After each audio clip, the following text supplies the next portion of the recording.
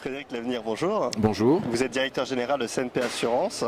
L'accès à la création de richesse de son entreprise aujourd'hui peut être considéré comme la première des inégalités.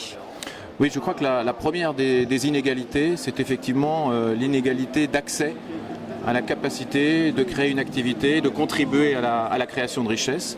Cette inégalité tient à la fois à l'inégalité devant la complexité du monde, à l'inégalité devant l'accès au crédit, l'accès à l'assurance, certains étant parce qu'ils ne sont pas insérés dans les circuits, dans les réseaux, parce que leurs projets sont de très petite taille et donc difficiles à financer, moins aptes que d'autres à avoir accès à ces moyens et à pouvoir avoir confiance en eux, confiance dans leur capacité de créer de la richesse. En parlant de confiance, comment rétablir celle-ci finalement du monde bancaire envers l'économie réelle ? Mais je crois que d'abord il y a une question de posture. Le monde financier en général doit aujourd'hui considérer que tout acteur économique a la capacité d'être contributeur à la création de richesse, entrepreneur. Cette question de posture est évidemment très difficile à traiter si on ne la traite pas en avançant, en marchant. Et là, on se heurte à un second obstacle que le monde financier doit savoir résoudre, qui est celui des coûts de distribution.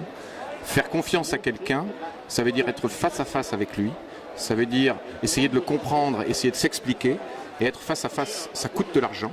Et donc, il est extrêmement important que par l'innovation, par la recherche de solutions originales, différentes, le monde financier soit capable d'aller au-devant de chaque créateur d'activité potentielle, de chaque créateur de richesse potentielle. Et ça, eh bien, il n'y a pas une solution, il y en a beaucoup. Internet offre énormément d'opportunités, mais il y a encore beaucoup d'autres solutions et si nous avions le temps, je vous donnerai beaucoup d'exemples. Peut-être on peut en parler d'une, la micro-assurance. Elle est en vogue à l'étranger, notamment dans les pays émergents. Vous êtes un des premiers assureurs français. Est-ce que cette solution peut être applicable à la France ? Oui, je crois que tout produit financier doit pouvoir trouver son chemin d'accès aux publics les plus éloignés de l'activité économique. Dans un pays comme la France, ça peut se faire, ça se fait aujourd'hui via des associations qui s'y consacrent et qui distribuent des produits de micro-assurance.